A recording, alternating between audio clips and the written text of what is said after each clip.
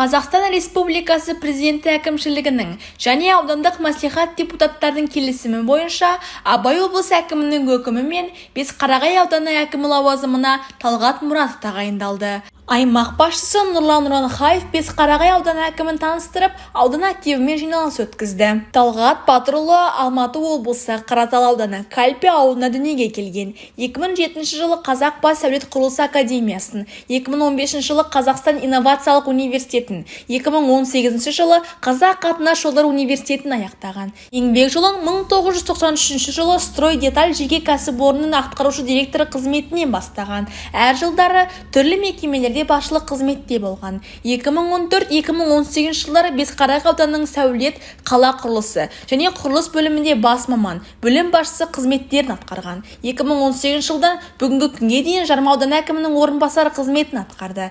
Семей таңы, Вести Семей, біздің Бесқарағай газеттерінің шығармашылық тобы Талғат Мұратовты жаңа лауазымымен құттықтайды.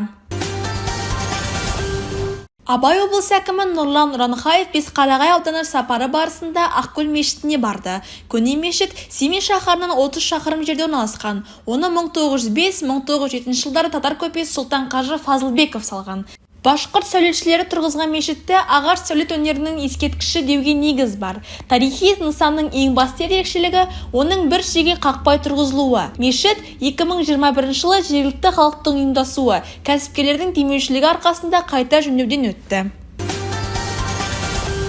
Үржар ауданының әкімі Нұржан Тоқсейітов шекара басқармасының 95 жылдық мерейтойына арналған мерекелік шараға қатысты. Шара барысында шекарашыларды мерекелік күнмен құттықтап, естелік сыйлықтарды табыс етті.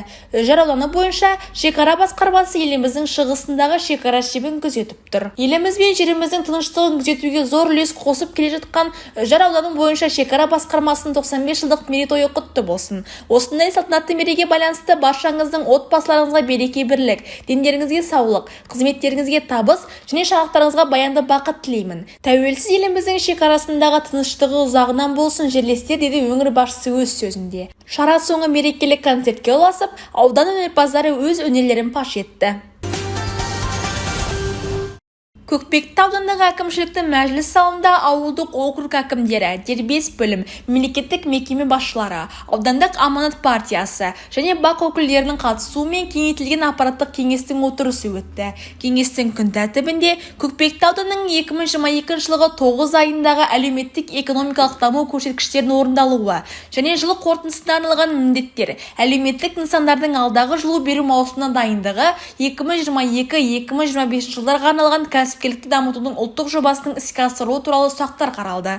Өңір басшысы кеңес соңында ауылдық округ әкімдеріне әр үйге таза су кіргізуді, халықты көмірмен қамтамасыз етуді қатаң бақылауға алуды тапсырды.